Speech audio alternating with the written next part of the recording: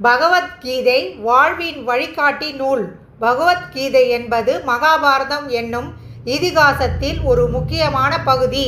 குருட்சேத்திர போரின் போது அர்ஜுனன் போரிட மனமின்றி இருக்கும்போது கிருஷ்ணர் அவருக்கு உபதேசித்த உரையாடலே பகவத்கீதை. ஏன் பகவத்கீதை முக்கியமானது? வாழ்க்கையின் அர்த்தம்.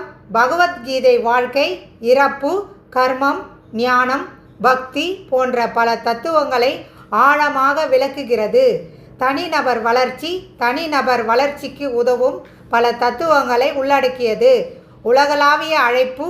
இது மதம், இனம், பண்பாடு ஆகியவற்றை தாண்டி அனைவருக்கும் பொருந்தும் உலகளாவிய அழைப்பு. பகவத்கீதை என்ன சொல்கிறது? கர்மயோகம் கடமையை செய்வதே முக்கியம் என்று வலியுறுத்துகிறது. ஞான யோகம் ஞானத்தின் மூலம் இறைவனை அடையலாம் என்பதை விளக்குகிறது. பக்தி யோகம் பக்தியின் மூலம் இறைவனை அடையலாம் என்பதை விளக்குகிறது. நிச்சய தத்துவம். எல்லாம் மாறக்கூடியது, மாறாதது ஒன்று மட்டுமே உள்ளது என்பதை உணர்த்துகிறது. பகவத்கீதை நமக்கு என்ன கற்றுத்தருகிறது?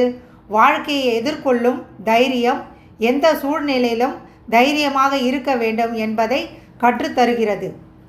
கடமைகளை செய்வதன் முக்கியத்துவம். தனது கடமைகளை நிறைவேற்றுவதன் மூலம் மனிதன் மகிழ்ச்சி அடையலாம் என்பதை உணர்த்துகிறது.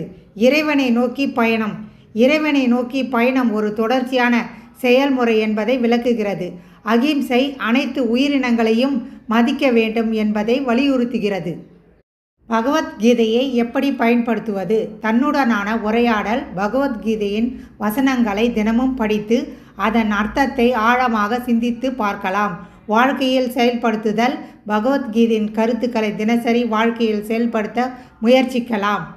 குருவின் வழிகாட்டுதல். பகவத்கீதையை பற்றி மேலும் தெரிந்து கொள்ள குருவின் வழிகாட்டுதலை நாடினால் நல்லது. பகவத்கீதை என்பது ஒரு வாழ்நாள் முழுவதும் படித்து பழகக்கூடிய ஒரு நூல்.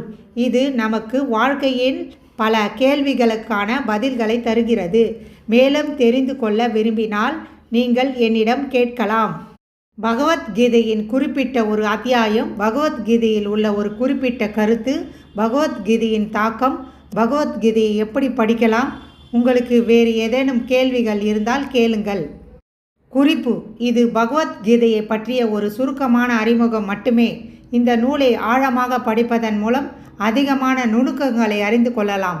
நீங்கள் பகவத்கீதையின் எந்த அம்சம் பற்றி மேலும் தெரிந்து கொள்ள விரும்புகிறீர்கள்?